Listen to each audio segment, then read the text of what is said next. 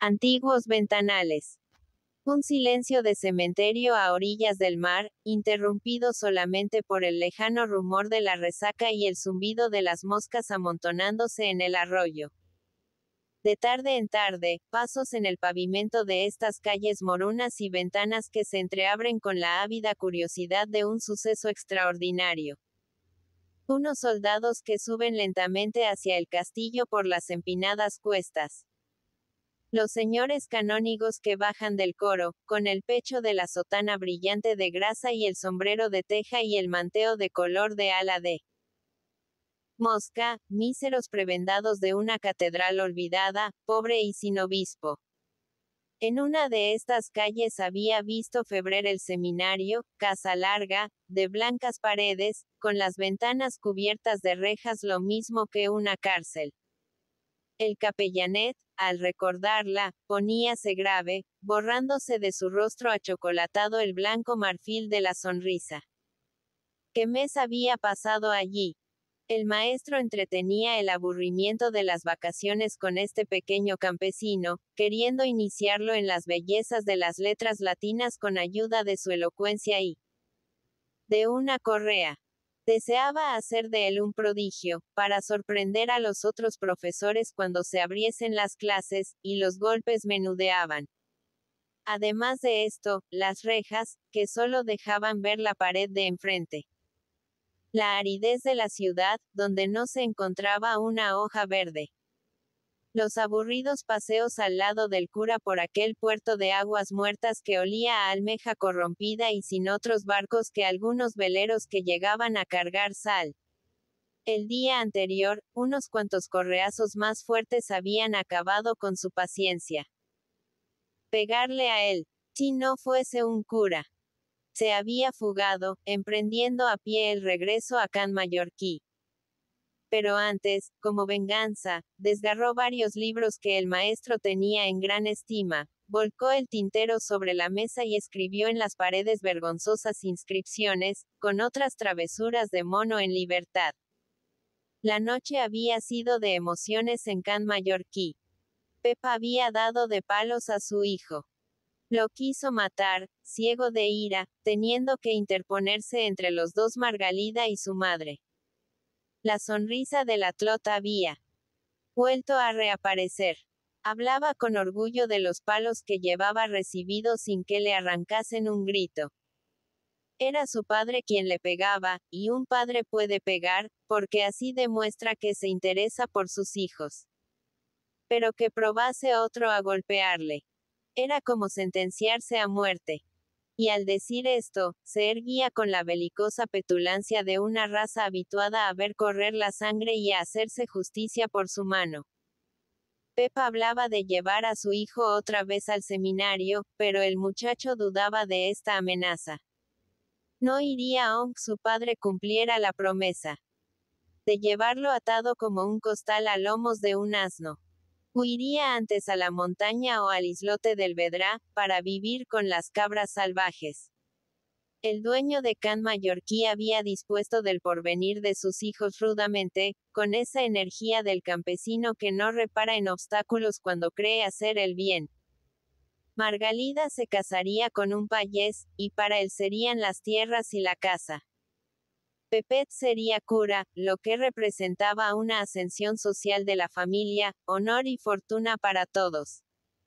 Jaime sonreía al escuchar las protestas de la Clot contra su destino. En toda la isla no existía otro centro de enseñanza que el seminario, y los payeses y patrones de barca que deseaban para sus hijos una suerte mejor los llevaban a él. Los curas de Ibiza. Muchos de ellos, mientras seguían sus estudios, tomaban parte en los cortejos, usando cuchillo y pistolete. Nietos de corsarios y de soldados, al vestir la sotana guardaban la arrogancia y la ruda virilidad de sus ascendientes. No eran impíos, pues su simpleza de pensamiento no les permitía este lujo, pero tampoco eran devotos ni austeros. Amaban la vida con todas sus dulzuras y sentían la atracción de los peligros con atávico entusiasmo. La isla era una fábrica de sacerdotes animosos y aventureros. Los que permanecían en España acababan por ser capellanes de regimiento. Otros, más atrevidos, apenas cantaban misa se embarcaban para América, donde ciertas repúblicas de aristocrático catolicismo son el eldorado de los sacerdotes españoles que no temen al mar. Desde allá giraban mucho dinero a sus familias y compraban casas y tierras, alabando a Dios, que mantiene a sus sacerdotes con más holgura en el nuevo mundo que en el viejo. Había buenas señoras en Chile y el Perú que daban 100 pesos de limosna por una misa. Estas noticias hacían abrir la boca de asombro a los parientes, reunidos durante las noches de invierno en la cocina.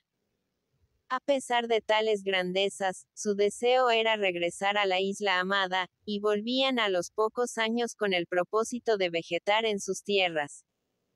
Pero el demonio de la vida moderna les había mordido en el corazón, y se aburrían en la monótona existencia isleña, tradicional y cerrada. Pensaban en las ciudades jóvenes del otro continente, y al fin vendían sus bienes o los regalaban a la familia, embarcándose para no volver más. Indignábase Pep contra la tenacidad de su hijo, que se empeñaba en continuar siendo payés. Hablaba de matarlo, como si lo viese en un camino de perdición. Llevaba la cuenta de todos los hijos de amigos suyos que habían partido para el otro mundo con la sotana puesta. El hijo de Treufoc llevaba enviados de América cerca de 6.000 duros. Otro, que vivía tierra adentro, entre indios, en unas montañas muy altas a las que llamaban los Andes, había comprado un predio en Ibiza, que cultivaba su padre. Y el pillo de Pepet, más listo para las letras que los demás, negábase a seguir tan hermosos ejemplos. Había para matarlo. La noche anterior, en un momento de calma, cuando Pep descansaba en su cocina con el brazo fatigado y el gesto triste del padre que acaba de pegar fuerte, el Atlot, rascándose los golpes, había propuesto un arreglo. Sería cura. Obedecería al señor Pep, pero antes deseaba ser hombre. Ir con los muchachos de la parroquia a hacer música, bailar los domingos, mezclarse en los cortejos, tener novia, llevar un cuchillo en la faja. Esto último era lo que deseaba con mayores ansias. Si su padre le regalaba el cuchillo del abuelo, él pasaría por todo. El gabinete del güelo, pare. Imploraba el muchacho. El gabinete del güelo. Por obtener el cuchillo del abuelo sería cura, y hasta si era preciso viviría solitario, de la limosna de las gentes, como los ermitaños que estaban a orillas del mar en el santuario de los Cúbels. Al recordar el arma venerable, brillaban sus ojos con fulgores de admiración y se la describía a Febrer. Una joya. Era una antigua lima de acero aguzada y bruñida. Podía atravesarse con ella una moneda, y en manos de su abuelo. Su abuelo era un hombre famoso. El nieto no le había conocido, pero hablaba de él con admiración, colocando su memoria por encima del mediano respeto que le inspiraba el buenazo de su padre. Luego, a impulsos de su deseo, se atrevía a implorar la protección de don Jaime. Si quisiera darle ayuda, bastaría que pidiese una vez el famoso cuchillo, para que su padre se lo entregara al instante. Febrer acogió esta demanda con risa bondadosa. Tendrás el cuchillo, muchacho. Y si tu padre no quiere entregarlo, yo te compraré otro cuando vaya a la ciudad. Esta certeza entusiasmó al capellanet. Necesitaba ir armado para poder mezclarse con los hombres. Su casa iba a verse frecuentada por los atlots más valerosos de la isla. Margalida era ya moza e iba a comenzar el festeig. El señor Pep había sido rogado por los atlots con objeto de que fijase día y hora para la visita de los cortejantes. Ah, Margalida, dijo Febrer con asombro. Margalida con novios. Lo que él había visto en tantas casas de la isla parecíale un espectáculo absurdo en Can mallorquí. Se había olvidado de que la hija de Pep era una mujer. Pero realmente aquella niña, aquella muñeca blanca e ingenua, podía gustar a los hombres. Sentía la extrañeza del padre que ha enamorado en otro tiempo a muchas mujeres, y juzgando luego por su propia sensibilidad, no puede comprender que su hija inspire pasiones. Pasados algunos instantes ya no la vio así. Margalida era otra a sus ojos. Era una mujer. La transformación le dolía. Creyó que acababa de perder algo, pero se resignó ante la realidad. ¿Y cuántos son? Dijo con voz algo apagada. Pepeta agitó una mano al mismo tiempo que elevaba los ojos a la bóveda de la torre. ¿Cuántos? Aún no se sabía con certeza. Lo menos 30. Iba a ser un festeig del que se hablaría en toda la isla. Y eso que muchos, aunque se comían a Margalida con los ojos, no osaban entrar en el cortejo, dándose de antemano por vencidos. Como su hermana había pocas en la isla.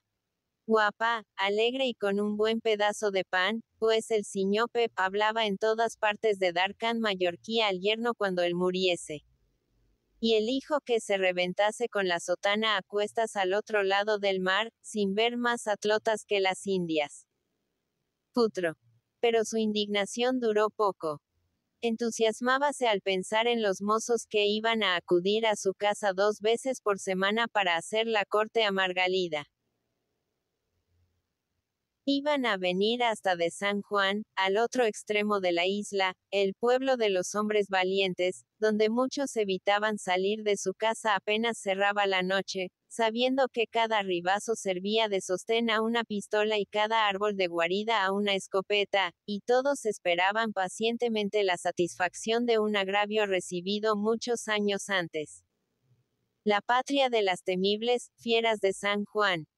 Juntos con estos personajes vendrían otros de los demás cuartones, y muchos tendrían que caminar leguas para llegar a Can Mallorquí. El capellanet regocijábase, pensando en los mozos arrogantes que iba a conocer. Todos le tratarían como un compañero, por ser hermano de la novia.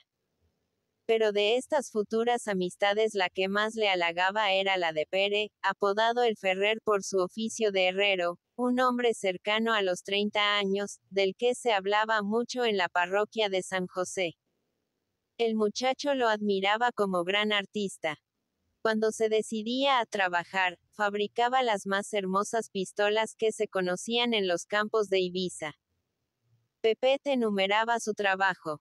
Le enviaban de la península cañones viejos de escopeta. Lo viejo inspiraba respeto al atlot y los montaba a su modo en culatas de pistola esculpidas con bárbara fantasía, añadiendo a la obra prolijos adornos de plata. Arma salida de sus manos podía cargarse hasta la boca, sin miedo a que reventase. Pero otra circunstancia más importante aumentaba su admiración por el Ferrer. Lo declaró en voz baja, con un tono de misterio y respeto. El Ferrer es un berro. Un berro. Jaime quedó pensativo unos instantes, coordinando sus recuerdos sobre las costumbres de la isla. Un gesto expresivo del capellanet ayudó a su memoria. Un berro es un hombre cuyo valor no necesita probarse, pues tiene pudriendo tierra uno o varios ejemplos de la dureza de su mano o de lo certero de su puntería. Pepet, para que los suyos no quedasen por debajo del Ferrer, volvió a recordar a su abuelo. También había sido berro, pero los antiguos sabían hacer mejor las cosas. Aún se acordaban en San José de la habilidad con que el güelo despachaba sus asuntos. Un golpe nada más con el famoso cuchillo, y después las precauciones también tomadas que siempre se presentaban testigos para declarar que lo habían visto al otro extremo de la isla a la misma hora en que agonizaba el enemigo. El Ferrer era un berro con menos fortuna. Hacía medio año que había desembarcado, después de pasar 8 en un presidio de la península. Le habían condenado a 14, pero le alcanzaron varios indultos. El recibimiento fue triunfal. un hijo de San José que regresaba de tan heroico destierro. No debían mostrarse menos entusiastas que los vecinos de otras parroquias, que acogían a sus berros con grandes agasajos. Y bajaron al puerto de Ibiza, el día de la llegada del vapor, los parientes lejanos del Ferrer, que eran medio pueblo, y todo el resto del vecindario por puro patriotismo. Hasta el alcalde hizo el viaje, seguido de su secretario, para conservar las simpatías de sus administrados. Los señores de la ciudad protestaban con indignación de estas costumbres bárbaras e inmorales de la payesía, mientras hombres, mujeres y chiquillos asaltaban el vapor. Ansioso cada uno de ser el primero en estrechar la mano del héroe. Pepet se acordaba de la vuelta del berro a San José. Él también había figurado en la comitiva, larga hilera de carros, caballos, asnos y peatones, como si el pueblo entero emigrase. En todas las tabernas y ventorros del camino deteníase la romería, y el grande hombre era obsequiado con jarros de vino, pedazos de sobreasada y copas de figola, licor de hierbas de la isla. Admiraban su traje nuevo. Un traje de señor que había comprado al salir del presidio. Se asombraban en silencio de la desenvoltura de sus maneras, del aire de buen príncipe con que acogía a sus antiguos amigos, protegiéndolos con el gesto y la mirada. Muchos le envidiaban. Lo que aprende un hombre saliendo de la isla. No hay como correr el mundo. El antiguo herrero los abrumó a todos con la superioridad de sus recuerdos durante el viaje a San José. Luego, en el espacio de varias semanas, la tertulia en la taberna del pueblo, a la caída de la tarde, resultó interesantísima. Las palabras del berro se repetían de hogar en hogar por todos los esparcidos caseríos del cuartón, viendo cada payés algo honroso para su parroquia en estas aventuras del convecino. El Ferrer no se cansaba de alabar las bellezas del establecimiento en el que había permanecido 8 años. Olvidaba las cóleras y tristezas sufridas allá. Todo lo veía al través de ese amor a lo pasado que desfigura los recuerdos. Él no había vivido, como ciertos infelices, en un establecimiento penal de las llanuras manchegas, donde hay que subir el agua a lomos de hombre, sufriendo los tormentos de un frío ártico.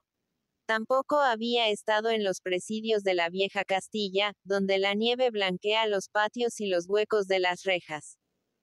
Venía de Valencia, del penal de San Miguel de los Reyes, llamado Niza, a causa de la dulzura de su clima, por los habituales pensionistas de dichos establecimientos. Hablaba con orgullo de esta casa, lo mismo que un rico estudiante recuerda los años pasados en una universidad inglesa o alemana. Altas palmeras sombreaban los patios, ondeando su capitel de plumas por encima de los tejados. Desde las rejas llegaba a verse toda la extensión de la huerta valenciana, con los frontones triangulares y blancos de sus barracas, y más allá el Mediterráneo, una faja azul inmensa, tras cuyo lomo se ocultaba el peñón natal, la isla amada. Tal vez había pasado por ella el viento cargado de emanaciones salinas y ardores vegetales que se colaba como una bendición en las hediondas cuadras del presidio. ¿Qué más podía desear un preso? La vida era dulce.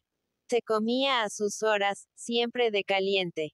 Había orden, y el hombre no tenía más que obedecer, dejarse llevar.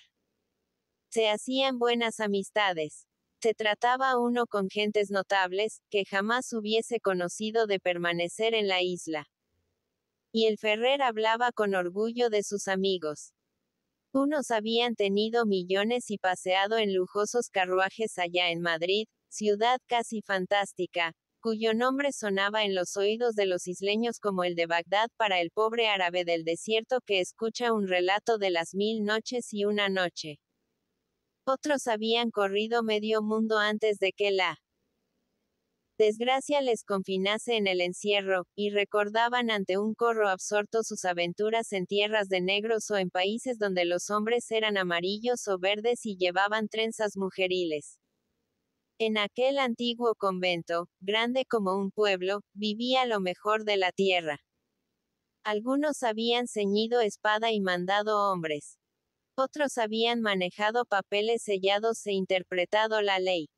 Hasta un cura había sido compañero de cuadra del Ferrer.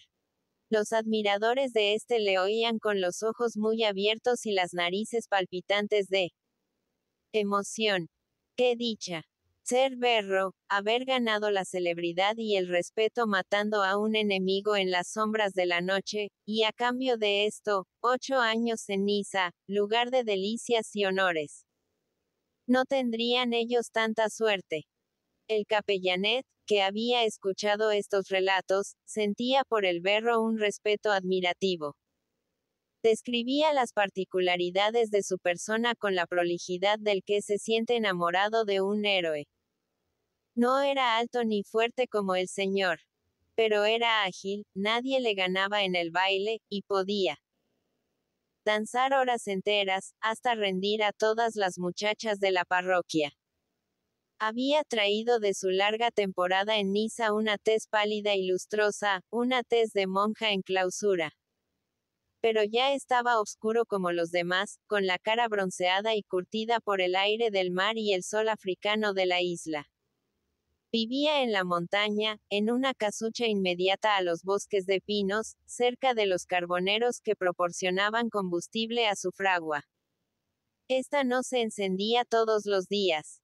El Ferrer, con sus pretensiones de artista, solo trabajaba cuando tenía que reparar una escopeta, transformar un viejo trabuco de chispa en arma de pistón, o fabricar aquellas pistolas con adornos de plata que admiraban al capellanet. Deseaba verle preferido por su hermana. Que el berro entrase en su familia con sus asombrosas habilidades. Tal vez a impulsos del próximo parentesco se decidiese a regalarle una de aquellas joyas. Puede ser que Margalida le quiera, y entonces el Ferrer me dé una de sus pistolas. ¿Usted qué cree, don Jaime? Abogaba por el berro como si fuese ya pariente suyo. El pobre vivía tan mal. Solo en la fragua, sin otra compañía que una parienta vieja, siempre vestida de negro por remotos lutos, lagrimeante un ojo, cerrado otro, y tirando del fuelle mientras su sobrino batía el hierro rojo. La vecindad del fogón secaba cada vez más su huesosa flacura. En su cara arrugada de manzana vieja parecían liquidarse las cuencas de los ojos. Aquel antro ahumado y lóbrego en medio de los pinares podía embellecerse con la presencia de Margalida. Su único adorno actual eran unos cuantos cestillos de juncos de colores tejidos en forma de tablero de ajedrez, con pompones de seda, amistoso recuerdo de los ignorados artistas que entretenían sus ocios en el retiro de Niza. Cuando su hermana viviese en la fragua, Pepet iría a verla, y contaba adquirir de la munificencia de su cuñado, en estas visitas, un cuchillo tan famoso como el del abuelo, si es que el señor Pep perseveraba injustamente en negarle esta herencia gloriosa. El recuerdo de su padre pareció obscurecer las esperanzas del muchacho. Veía difícil que el dueño de Can Mallorquí aceptase como yerno a Pere el Ferrer. Nada malo podía decir el viejo de él. Aceptaba su fama como una honra para el pueblo. La isla no solo tenía hombres bravos en las fieras de San Juan. También San José podía enorgullecerse de mozos valientes que habían sufrido duras pruebas. Pero el Ferrer era hombre de oficio, poco entendido en materias agrícolas, y aunque todos los ibicencos mostrábanse igualmente dispuestos a cultivar la tierra, echar una red en el mar o hacer un alijo de contrabando, pasando fácilmente de un trabajo a otro. Él quería para su hija un verdadero labrador, habituado toda su vida a arañar el suelo. Su resolución era inquebrantable. En aquel cerebro yermo y duro, cuando llegaba a retoñar una idea, echaba raíces tan hondas, que no había huracán ni cataclismo que la arrancase. Pepet sería cura y correría mundo. Margalida la guardaba para un labrador que agrandase las tierras de Can Mallorquí al heredarlas. El capellanet inquietábase al pensar en quién podría ser el favorecido por Margalida. Trabajo le daba a todos. Teniendo enfrente a un hombre como el Ferrer. Aunque su hermana se inclinase hacia otro, el agraciado tendría que vérselas luego con Pere, el bravo glorioso, quitándolo de en medio. Iban a verse cosas grandes. Del cortejo de Margalida se hablaba ya en todas las casas del cuartón. Su fama acabaría por extenderse a toda la isla. Y Pepet sonreía con feroz deleite, como un pequeño salvaje que ve próxima una matanza. Admiraba a Margalida, reconociendo en ella una autoridad mayor que la del padre, por lo mismo que no estaba basada en el miedo a los golpes. Ella lo dirigía todo en la casa. La madre marchaba tras sus pasos como una doméstica, no osando hacer nada sin consultarla. El señor Pep, tan absoluto en sus ideas, deteníase antes de tomar una resolución, rascándose la frente con gesto de duda mientras decía en voz baja: esto habrá que consultarlo con la atlota. El mismo capellanet, que había heredado la terquedad paternal, desistía fácilmente de sus intentos de protesta con solo una palabra de la hermana, una insinuación de su boca sonriente, de su voz dulce. Lo que ella sabe, don Jaime, decía el muchacho con admiración. Yo ignoro si es guapa.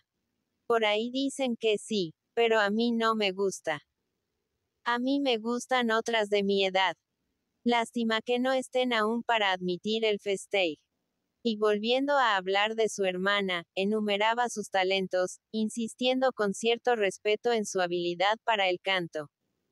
Conocía a don Jaime Alcantó, un atlot malucho del pecho, que no trabajaba y pasaba los días tendido a la sombra de los árboles, golpeando el tamboril y mascullando versos. Era un blanco cordero, una gallina, con ojos y piel de mujer, incapaz de hacer frente a nadie. También este pretendía a Margalida. Pero el capellanet juraba meterle el tamboril por el cogote antes que aceptarlo como cuñado. Él solo podía emparentar con un héroe.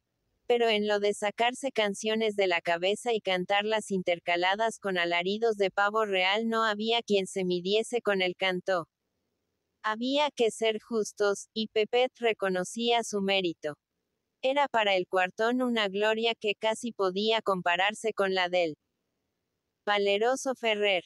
Pues bien, a este cantor le hacía frente Margalida cuando, en las tertulias de verano en el porcho de la alquería o en los bailes del domingo, ruborosa, empujada por las compañeras, se decidía a sentarse en el centro del corro, y con el tamboril en una rodilla, ocultos los ojos tras un pañuelo, contestaba con un largo romance, todo de su invención, a lo que había dicho antes el poeta. Si el cantó soltaba un domingo un interminable relato sobre la falsedad de las mujeres y lo caras que cuestan al hombre por su afición a los trapos, Margalida le respondía al otro domingo con un romance doblemente largo criticando la vanidad y el egoísmo de los hombres, y la turba de atlotas coreaba sus versos con cloqueos de entusiasmo, reconociendo la gloria de una vengadora en la muchacha de Can Mallorquí. Pepet. Atlot. Una voz femenina sonó a lo lejos, como un cristal, cortando el denso silencio de las primeras horas de la tarde, cargado de vibraciones de calor y de luz. Sonaba cada vez más fuerte, al repetirse, como si se aproximase a la torre. Pepeta abandonó su posición de bestezuela en descanso, libertando las piernas encogidas del anillo de los brazos para erguirse de un salto. Era Margalida la que llamaba. Su padre debía reclamarle para algún trabajo, en vista de su tardanza. El señor le retuvo por un brazo. Déjala que venga. dijo sonriendo. Hazte el sordo, para que grite. El capellanet enseñó los nítidos dientes en la oscuridad de su cara bronceada. Sonrió el billete, satisfecho de esta inocente complicidad, y quiso aprovecharse de ella, hablando al señor con atrevida confianza. De veras que pediría para él, al señor Pep, el cuchillo del abuelo. Ay, el gabinet del vuelo. Estaba siempre presente en su memoria. Sí, lo tendrás, dijo Jaime. Y si tu padre no te lo da, yo te compraré el mejor que encuentre en Ibiza. El muchacho se frotó las manos, brillándole los ojos con fulgores salvajes. Es solo para que seas hombre como los otros, continuó Febrer. Pero nada de usarlo. Un simple adorno. Nada más. Pepet, ansioso de realizar cuanto antes su deseo, contestó con enérgicos movimientos de cabeza. Sí.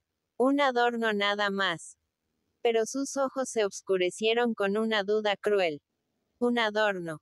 Pero si alguien le ofendía llevando tal compañero, ¿qué debe hacer un hombre? Pepet. Atlot. La voz de cristal sonó ahora al pie de la torre. Febrer esperaba oírla más cerca, ver aparecer la cabeza de Margalida y luego todo su cuerpo en el hueco de entrada. En vano aguardó largo rato. La voz fue haciéndose apremiante, con graciosos temblores de impaciencia, pero sin aproximarse más. Febrer se asomó a la puerta y vio a la muchacha al pie de la escalera, algo empequeñecida por la distancia, con hinchada falda azul y un sombrero de paja del que pendían cintas a flores. Sobre el fondo de las amplias alas del sombrero, iguales a una aureola, destacábase su rostro, de una palidez de rosa, en el que parecían temblar las gotas negras de los ojos. Salud, Flot d'Enmetier, dijo Febrer con cierta inseguridad en la voz, pero sonriendo. Flor de almendro. Al oír la muchacha este nombre en boca del señor, el carmín de una expansión sanguínea ocultó momentáneamente la suave blancura de su tez. Ya sabía don Jaime este nombre. Un señor como él se enteraba de tales tonterías. Febrer solo vio ya la copa y las alas del sombrero de Margalida. Había bajado la cabeza, y en su turbación jugueteaba con las puntas del delantal, avergonzada como una niña que se da cuenta de pronto de la significación de su sexo y escucha el primer requiebro. Y el domingo siguiente, Febrer fue por la mañana al pueblo.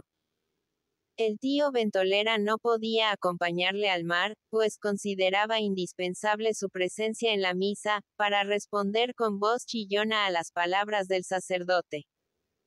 Falto de ocupación, Jaime emprendió la marcha hacia el pueblo por senderos de tierra roja que ensuciaba la blancura de sus alpargatas. Era uno de los últimos días estivales. Las alquerías de nítida blancura parecían reflejar como espejos el fuego de un sol africano. Zumbaban en el ambiente los enjambres de insectos.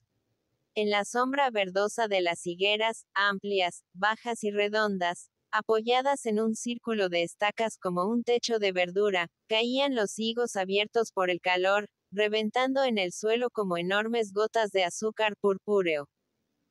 Las chumberas alzaban sus muros de pinchosas palas a ambos lados del camino, y entre sus raíces polvorientas correteaban, medrosas y ebrias de sol, pequeñas bestias ondeantes, de larga cola y verde esmeralda.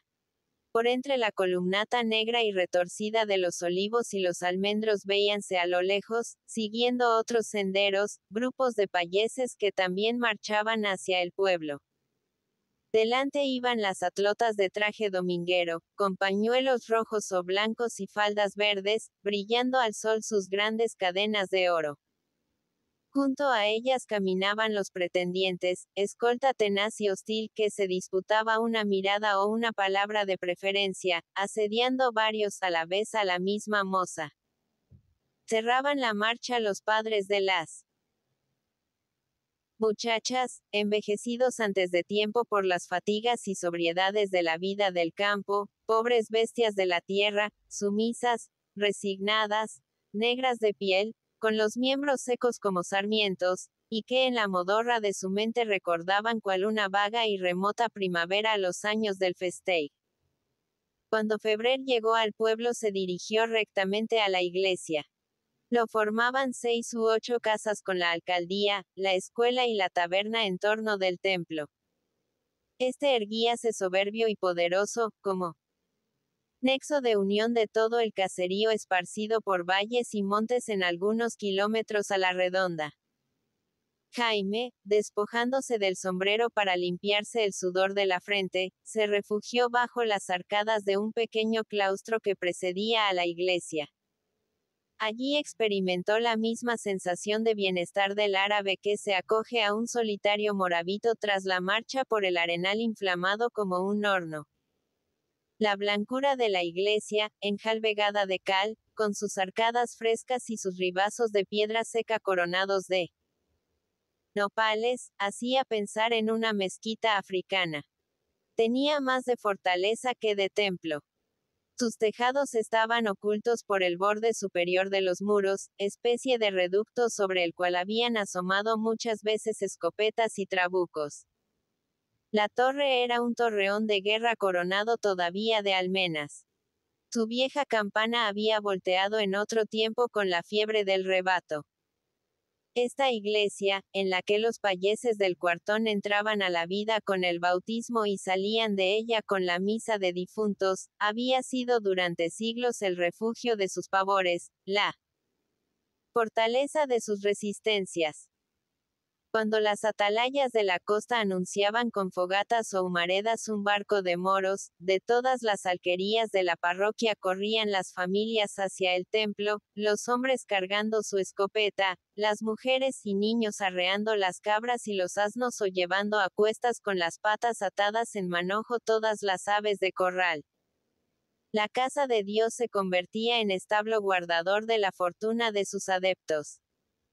El cura, en un rincón, rezaba con las mujeres, siendo cortadas sus oraciones por chillidos de angustia y llantos de niños.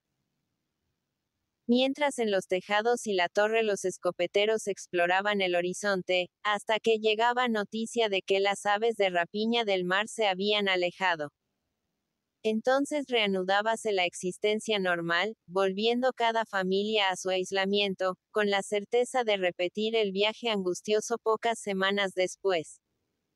Febrer permaneció bajo las arcadas viendo cómo iban llegando los grupos de payeses a toda prisa, espoleados por el último toque del esquilón que volteaba en lo alto de la torre.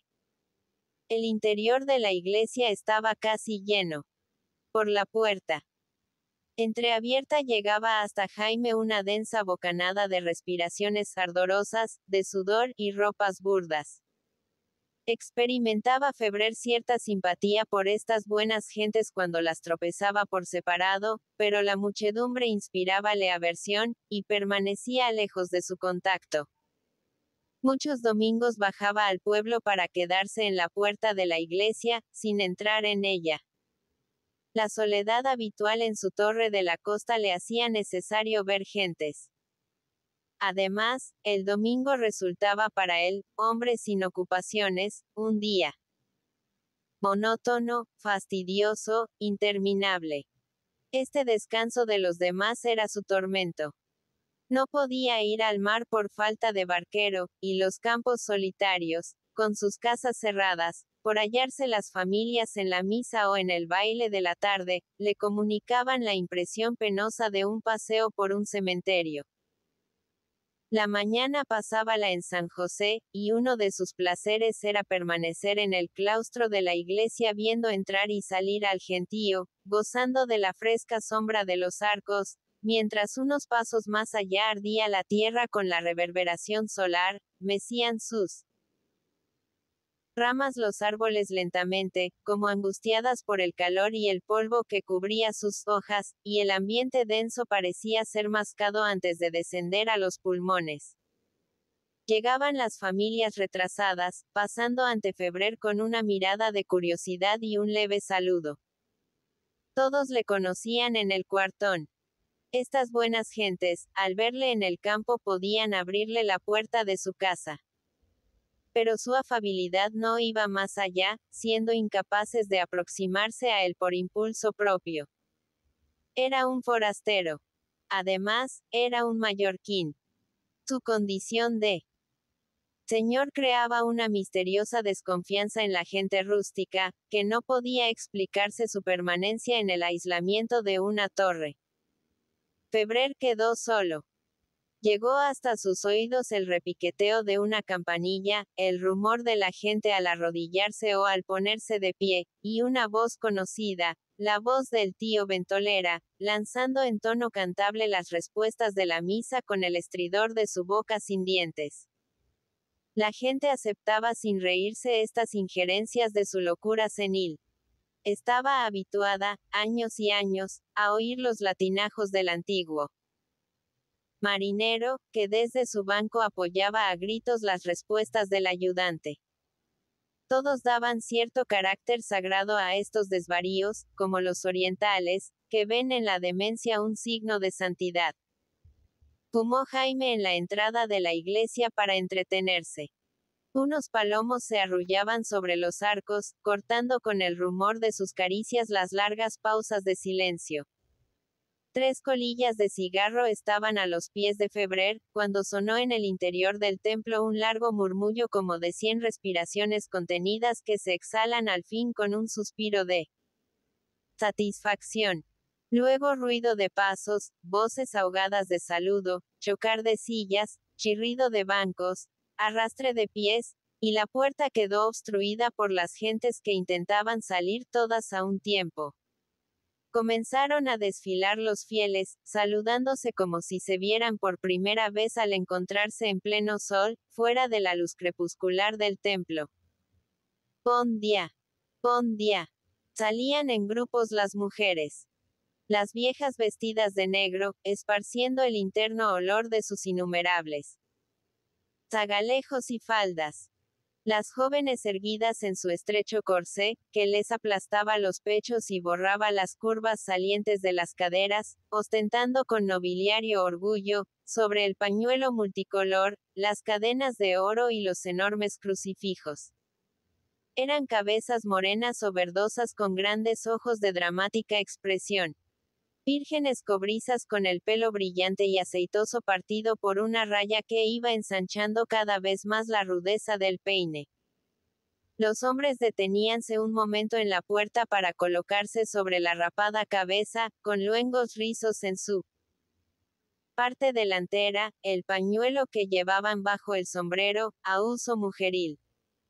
Era una prenda con la que suplían el capuchón del antiguo haik del país, usado ya únicamente en circunstancias extraordinarias. Luego, los viejos sacaban de la faja una pipa rústica fabricada por ellos mismos, llenándola de tabaco de pota cultivado en la isla, hierba de acre olor. Los mozos se alejaban de ellos. Salían del atrio para adoptar fieras posturas, con las manos en la faja y la cabeza erguida, ante los grupos de mujeres. En ellos estaban las amadas atlotas, fingiendo indiferencia y contemplándolos al mismo tiempo con el rabillo de un ojo.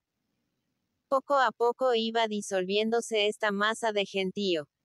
Bon dia. Bon dia. Muchos no volverían a verse hasta el domingo siguiente. Por todos los senderos se alejaban grupos multicolores. Unos obscuros, sin escolta alguna, marchando lentamente, como si se arrastrasen, con la miseria de la ancianidad.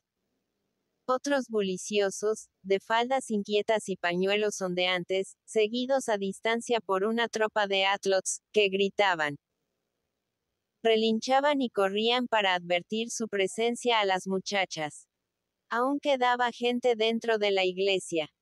Febrer vio salir a unas mujeres vestidas de negro, tétrico grupo de tapadas, que apenas si enseñaban a través de la abertura del manto su nariz enrojecida por el sol y un ojo de brasa velado por las lágrimas.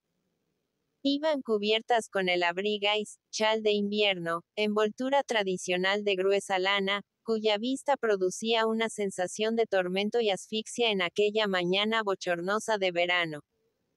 Detrás salieron unos encapuchados, antiguos payeses que se habían cubierto con el capote de ceremonia, un haik pardo de lana burda con amplias mangas y apretado capuchón. Las mangas las llevaban sueltas, pero el capuchón iba bien abrochado bajo la barba, mostrando por la abertura sus rostros tostados de piratas. Eran los parientes de un payés que había muerto una semana antes. La numerosa familia, que habitaba en distintos puntos del cuartón, habíase reunido, según costumbre, en la misa del domingo para recordar al muerto, y al verse estallaba su dolor con africana vehemencia, como si aún tuviesen ante sus ojos el cadáver. La costumbre exigía que se cubrieran con sus prendas de ceremonia, con sus vestidos de invierno, encerrándose en ellos cual si fuesen cáscaras de dolor. Lloraban y sudaban bajo las envolturas, y al reconocer cada uno a los parientes que no había visto en algunos días, estallaba su pena con nuevo recrudecimiento. Salían suspiros de agonía de entre los espesos mantos.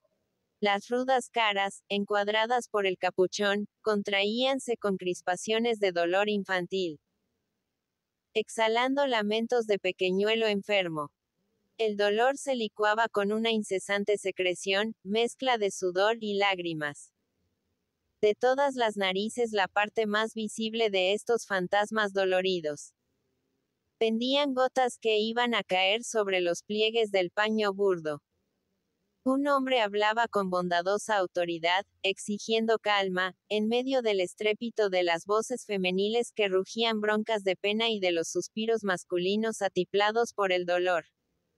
Era Pep el decán mallorquí, lejano pariente del muerto, en esta isla donde todos se hallaban más o menos unidos por los cruces de la sangre. El vago parentesco, aunque le impulsaba a participar del dolor, no le había obligado a ponerse el haik de las grandes solemnidades. Iba vestido de negro y se cubría con un manteo de ligera lana y un fieltro redondo, que le daban cierto aire eclesiástico.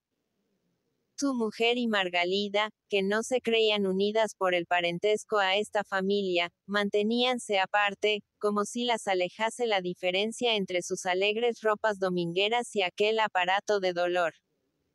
El bondadoso Pep fingía enfadarse por los extremos de desesperación, cada vez más vehementes, de los enlutados. Ya había bastante. Cada uno a su casa, a vivir muchos años, para encomendar el muerto al Señor. Estallaron más fuertes los sollozos bajo los mantos y los capuchones. Adiós. Adiós. Se estrechaban las manos, se besaban las bocas, se retorcían los brazos, como si todos se despidieran para no verse más. Adiós. Adiós. Se alejaron por grupos, cada uno en distinta dirección, hacia las montañas cubiertas de pinos, hacia las alquerías de lejana blancura medio ocultas entre higueras y almendrales, hacia los rojos peñascos de la costa. Y era un espectáculo absurdo e incoherente ver bajo el ardor del sol, al través de los campos verdes y espléndidos, como marchaban con paso tardo estos fantasmas espesos y sudorosos, incansables y oradores de la muerte. La vuelta a Can Mallorquí fue triste y silenciosa. Pepet abría la marcha con el bimbo en los labios, que le acompañaba en su caminata con un zumbido de moscardón. De vez en cuando deteníase para echar piedras a los pájaros o a los lagartos hinchados y negruzcos que asomaban entre las chumberas. Lo que a él le importaba la muerte. Margalida caminaba junto a su madre, silenciosa, abstraída, con los ojos muy abiertos. Unos ojos de vaca hermosa que miraban a todas partes sin ver, sin reflejar pensamiento alguno. Parecía no darse cuenta de que tras ella caminaba don Jaime, el señor, el reverenciado huésped de la torre. Pep, abstraído también, delataba el curso de sus pensamientos con palabras sueltas dirigidas a Febrer, como si necesitase hacer partícipe a alguien de sus ideas. La muerte. ¡Qué cosa tan fea, don Jaime! Y allí estaban ellos, en un pedazo de tierra rodeado por las olas, sin poder escapar, sin poder defenderse, aguardando el momento en que les echase la zarpa. El payés sentía sublevarse su egoísmo ante esta gran injusticia. Bueno que allá en tierra firme, donde las gentes son felices y gozan mucho, se ensañase la muerte. Pero aquí, también aquí, en el último rincón del mundo, no había límite ni excepción para la gran entrometida. Era inútil imaginarse obstáculos. Ya podía el mar embravecerse entre las cadenas de islotes y escollos que van de Ibiza a Formentera. Los freos eran hervideros de olas, los peñones se cubrían de espuma, los rudos hombres de mar retrocedían vencidos, los barcos se refugiaban en los puertos, el paso se cerraba para todos, las islas quedaban apartadas del resto del mundo. Pero esto nada significaba para la marinera invencible de cráneo pelado, para la caminante de piernas de hueso, que podía correr con gigantescos saltos por encima de montañas y mares. No había tempestad que la detuviese. No existía alegría que la hiciera olvidar. Estaba en todas partes. Se acordaba de todos. Ya podía lucir el sol, y mostrarse hermosos los campos, y ser buena la cosecha. Engañifas para entretener al hombre en sus fatigas y que le fuesen más tolerables. Mentirosas promesas, como las que se hacen a los niños para que se sometan de buen grado al tormento de la escuela. Y había que dejarse engañar. La mentira era buena. No debían acordarse de este mal inevitable, de este último peligro sin remedio alguno, que entristece la vida, quitando su sabor al pan, su alegre topacio al líquido de la parra, su jugo al blanco queso, su sabor de azúcar a los higos purpúreos, y su energía picante a la sobreasada, entenebreciendo y amargando todas las cosas buenas que Dios puso en la isla para consuelo de las gentes de bien. ¡Ay, don Jaime, qué miseria! Febrer comió en Can Mallorquí, para evitar a los hijos de Pep la subida a la torre. La comida empezó con cierta tristeza, como si aún vibrasen en sus oídos los lamentos de los encapuchados en el atrio de la iglesia. Poco a poco, en torno de la mesita baja y su gran cazuela de arroz fue difundiéndose cierta alegría. El capellanet hablaba del baile de la tarde, olvidado totalmente de su vida de seminarista y osando arrostrar los ojos de Pep. Margalida recordaba las miradas del cantó y la arrogante postura del Ferrer cuando ella había pasado ante los atlots al entrar en misa. La madre suspiraba. ¡Ay, señor! ¡Ay, señor! Nunca había dicho más, acompañando con la misma exclamación de su confuso pensamiento hacia Dios las alegrías y los dolores. Pepa había dado varios tientos al jarro de vino, lleno del zumo sonrosado de las mismas parras que extendían un toldo de pámpanos ante el porche. Su rostro cetrino se coloreó con una aurora alegre. Al diablo la muerte y sus miedos. Iba un hombre honrado a pasar la existencia entera temblando por su llegada. Podía presentarse cuando lo tuviese a bien. Mientras tanto, a vivir. Y manifestó esta voluntad de vida durmiéndose en un poyo, con sonoros ronquidos que no lograban asustar a las moscas y avispas revoloteantes en torno de su boca. Febrer se marchó a la torre. Margalida y su hermano apenas se fijaron en el señor. Habían abandonado la mesa para hablar más libremente del baile de la tarde, con una alegría de muchachos a los que estorba la presencia de una persona grave. En la torre se tendió en su jergón y quiso dormir. Solo. Se daba cuenta de su aislamiento, rodeado de personas que le respetaban, que tal vez le amaban, pero al mismo tiempo sentían la irresistible atracción de unas alegrías sencillas, insípidas. Para él, qué tormento el de los domingos. ¿A dónde ir? ¿Qué hacer? En su firme deseo de suprimir el martirio del tiempo, de alejarse de una vida sin objeto inmediato, acabó por dormirse y despertó a media tarde, cuando el sol empezaba a descender lentamente, más allá de la línea de islotes, entre una lluvia de oro pálido que parecía dar a las aguas un azul más intenso y profundo. Al bajar a Can Mallorquí vio cerrada la alquería. Nadie. Ni siquiera excitaron sus pasos el ladrido del perro que estaba siempre bajo el porche.